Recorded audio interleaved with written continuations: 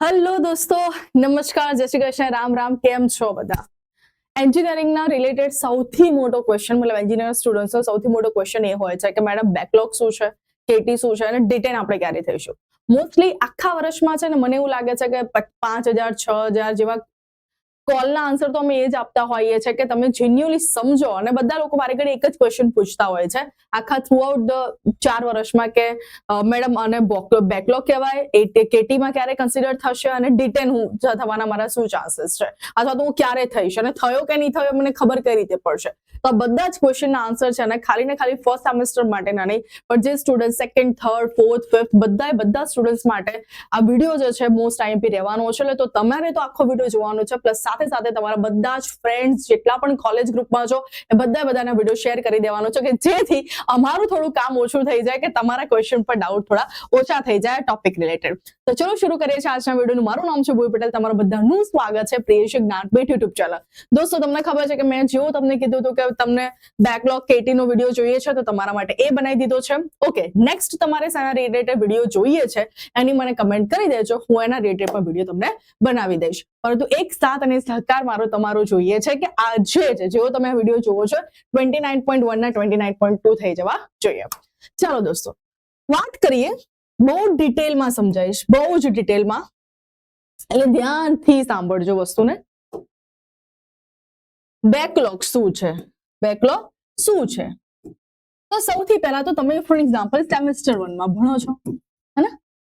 એટલે ભણી રહ્યા એમ. સેમેસ્ટર 1 તમારું પતી ગયું, સેમેસ્ટર 2 માં હવે તમે જશો.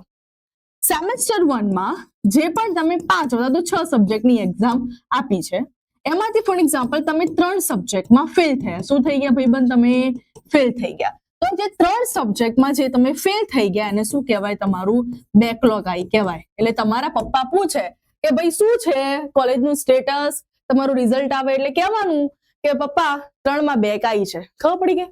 ખબર પડી ગઈ બેકલોગ? ઓકે. તો મેડમ કેટી નો મતલબ શું થાય? કેટી નો મતલબ એ થાય કે હવે તમે સેમેસ્ટર 2 માં ગયા ભાઈબંધો. શેમાં ગયા તમે? સેમેસ્ટર 2 માં. સેમેસ્ટર 2 માં તમારી પાસે ઓલરેડી 5 સબ્જેક્ટ તો છે જ, જે ઓફિશિયલી આ વખતના સેમ 2 ના સબ્જેક્ટ હશે, હે? તો એ તો છે જ. પ્લસ શું? પ્લસ એટલે આ સબ્જેક્ટની એક્ઝામ તો તમારે આપવાની જ છે સેમ 2 માં. આ સબ્જેક્ટની એક્ઝામ તો તમારે સેમ 2 માં આપવાની જ છે. પ્લસ એની સાથે જે અહીંયા 3 માં તમે ફેલ થયા હતા ને બેટું, એ 3 માં ફેલ જ્યારે ફરીથી એક્ઝામ આપવાની છે સેમેસ્ટર 2 માં તમારે શું આપવાની થશે? એક્ઝામ ફરીથી. તો ટોટલ તમારે સેમેસ્ટર 2 માં કેટલી એક્ઝામ થઈ? 5 + 3. ટોટલ કેટલા સબ્જેક્ટ થયા? 8 સબ્જેક્ટ થયા. હવે આ 3 સબ્જેક્ટમાં જે તમે ફેલ થયા હતા એની તમે ફરીથી એક્ઝામ આપી. એમાંથી તમે 2 સબ્જેક્ટ ક્લિયર કરી દીધા, પરંતુ હજી પણ એક સબ્જેક્ટ તમારાથી ક્લિયર થયો નહીં. હજી પણ એક સબ્જેક્ટ તમારાથી ક્લિયર થયો નહીં. તો આ એક સબ્જેક્ટ જેની તમે ઓલરેડી 2 વાર એક્ઝામ આપી, એક વાર તો આપી જ દીધી હતી એટલે બેક થઈ ગયો. હવે બીજી વાર એક્ઝામ આપી તો પણ તમે પાસ ના કરી શક્યા. તો એ સબ્જેક્ટ તમારો શેમાં કન્વર્ટ થઈ જશે? કેટીમાં કન્વર્ટ થઈ જશે. તો બેકલોગ અને કેટીનો ડિફરન્સ ખબર પડી ગઈ? ઓકે, ચાલો. મેડમ મોસ્ટ ઇમ્પોર્ટન્ટ, જેનાથી સૌથી વધારે ડર લાગે છે, ડિટેન ક્યારે થવાય.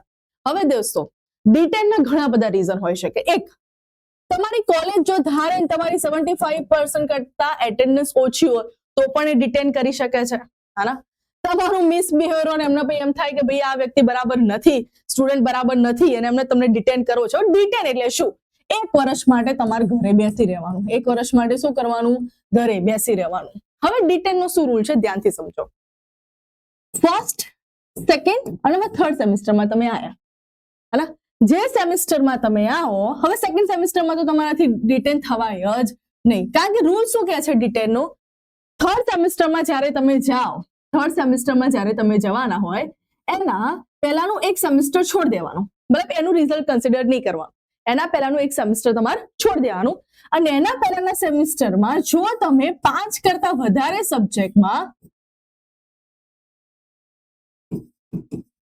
ફેલ થયા હોય તો તમે શું થઈ જાઓ? ફેલ કીધું છે.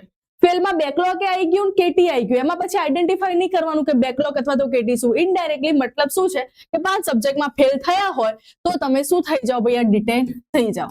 હવે અહીંયા છે તમારે કેટી ને બેકલોગ ને બધું ભૂલી જાઓ. ડાયરેક્ટ શું રૂલ કહે છે કે વિચારો ફર્સ્ટ, સેકન્ડ, થર્ડ, ફોર્થ અને ફિફ્થ. હવે ફોર એક્ઝામ્પલ તમે ફિફ્થમાં જવાના છો, ફોર્થ નું રિઝલ્ટ મતલબ આ પ્રીવિયસ યર મતલબ પ્રીવિયસ સેમિસ્ટર રિઝલ્ટ તમારે કન્સિડર નહીં કરવાનું. અને આગળના 3 સેમિસ્ટરના થઈને જો તમારે 5 સબ્જેક્ટમાં શું હોય ભૈયા ફેલ થયા હોય, ફેલ થયા એમાં બેકલોગ કન્સિડર થઈ જાય, કેટીએ કન્સિડર થઈ જાય, એ બધા સબ્જેક્ટ કન્સિડર થઈ જાય. એ ફેલ થયા હોય એટલે તમે શું થઈ જાઓ ભૈયા ડિટેન થઈ જાઓ. તમે એમ કહેશો મેડમ આ તો ડિટેન નો રૂલ તો મને ખબર પડી ગઈ કે આગળ વાળું સેમિસ્ટર છોડી દેવાનું અને એના સિવાયના 5 સબ્જેક્ટ થયા હોય તો આપણે ઘરે બેસી રહેવું પડે. પણ મેડમ મેં હવે પછીનું જે સેમિસ્ટર આવે મતલબ 5th સેમિસ્ટર એમાં મેં મારી બધી ક્લિયર કરી દીધી, જે પણ મારા ફેલ સબ્જેક્ટ હતા. તો હું શું 6th સેમિસ્ટરમાં જઈ શકું? ના જઈ શકો. કેમ? કારણ કે તમને ખબર હશે કે તમારું એકેડેમિક યર જે છે ને 1 વર્ષનું હોય એટલે તમને વચ્ચેના સેમિસ્ટરમાંથી એડમિશન મળે નહીં. નેક્સ્ટ જે આપણું ટર્ન આવે ત્યારે તમારું એડમિશન ત્યારે થાય. હવે બીજો કોઈ મોસ્ટ ઇમ્પોર્ટન્ટ ક્વેશ્ચન શું છે કે ભાઈ એક્ઝામમાં કેટલી વસ્તુ હોય, મિડ સેમ હોય, વાયવા હોય અને એક્સટર્નલ વસ્તુ હોય. હવે સ્ટુડન્ટ્સનો ક્વેશ્ચન એ છે કે ફોર એક્ઝામ્પલ મેં મિડમાં ફેલ, વાયવામાં fail, for example specified subject લઈ લે, આપણો મેથ્સ જ લઈ લઈએ જે સૌથી વધારે લોકો ડરતા હોય, મેથ્સ 1 અથવા તો મેથ્સ 2, હેના? એમાં મેડમ હું મેથ્સ 1 માં મિડમાં ફેલ થયો, વાયવામાં ફેલ થયો અને એક્સટર્નલમાં ફેલ થયો. તો શું હું 3 સબ્જેક્ટમાં ફેલ થયું કહેવાય? ના ભાઈ, તમારી કેટી તો એકમાં જ કન્સિડર થાય, એક સબ્જેક્ટની જ કન્સિડર થાય અને એમાં કઈ અલગ અલગ વસ્તુ કન્સિડર ના થાય. બીજી વસ્તુ મેડમ હું મિડમાં પાસ થઈ ગયો, વાયવામાં પાસ થઈ ગયો ને એક્સટર્નલમાં ફેલ થયો, હા તો પણ એક સબ્જેક્ટ જ કન્સિડર થાય, તમારી માર્કશીટ એક સબ્જેક્ટની જ બનશે અલગથી. જેટલી વાર ફેલ થશો એટલી વાર તમારી માર્કશીટ નવી બનશે.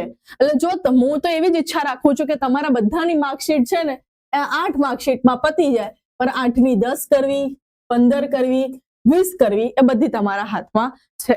અને 8 માર્કશીટ લઈને બેસશો તો તમારા ચાન્સીસ વધારે છે કે તમને સારી જગ્યાએ, સારી ઇન્ડસ્ટ્રીમાં મતલબ તમને મોકો મળે.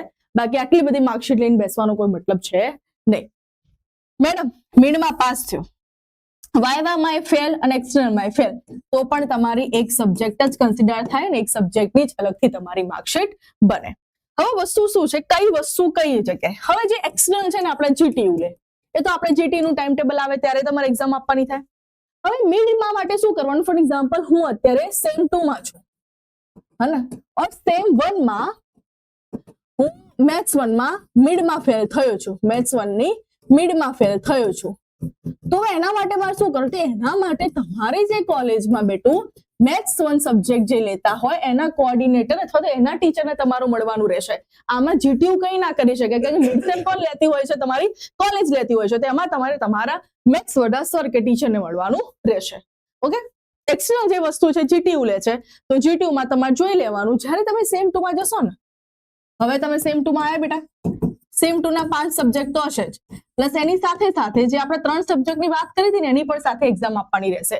કારણ કે જ્યારે જીટીયુ નું ટાઈમ ટેબલ બને ને બેટા, જીટીયુ નું ટાઈમ ટેબલ, ત્યારે બધા સબ્જેક્ટની એક્ઝામ હોય. કારણ કે જીટીયુ થોડી ખબર છે કે કોકને તો પીપીએસ માં હશે, કોકને મેથ્સ 1 માં હશે, કોકને ઈજીડી માં હશે, એટલે બધા સબ્જેક્ટની એક્ઝામ આવે.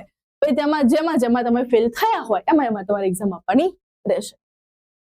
તો દોસ્તો હોપ સો કે તમને બેકલોગ, કેટી અને ડિટેન નો ડિફરન્સ ખબર પડી ગઈ હશે. હજી પણ કોઈ કન્ફ્યુઝન છે તો તમે મને કમેન્ટ કરી શકો છો. અને નેક્સ્ટ કયા કન્ફ્યુઝનના રિલેટેડ તમારે વિડીયો જોઈએ છે એ મને જરૂરથી કમેન્ટમાં કહેજો, જેથી હું એના પર રિસર્ચ કરીને તમને और ज्यादा प्रॉपर इन्फॉर्मेशन प्रोवाइड કરી શકો. તો શું કરવાનું છે? પ્રિયેશ જ્ઞાનપીઠને આજે જ તમારે ફોલો કરવાનું છે. વિડીયો પસંદ આવ્યો છે મને ખબર છે તો લાઈક કરી દેવાનું છે અને તમારા બધા જ કોલેજ ફ્રેન્ડ સાથે શેર કરી દેવાનું છે. ટીડે બાય બાય, ટેક કેર દોસ્તો, જય શ્રી કૃષ્ણ, રામ રામ.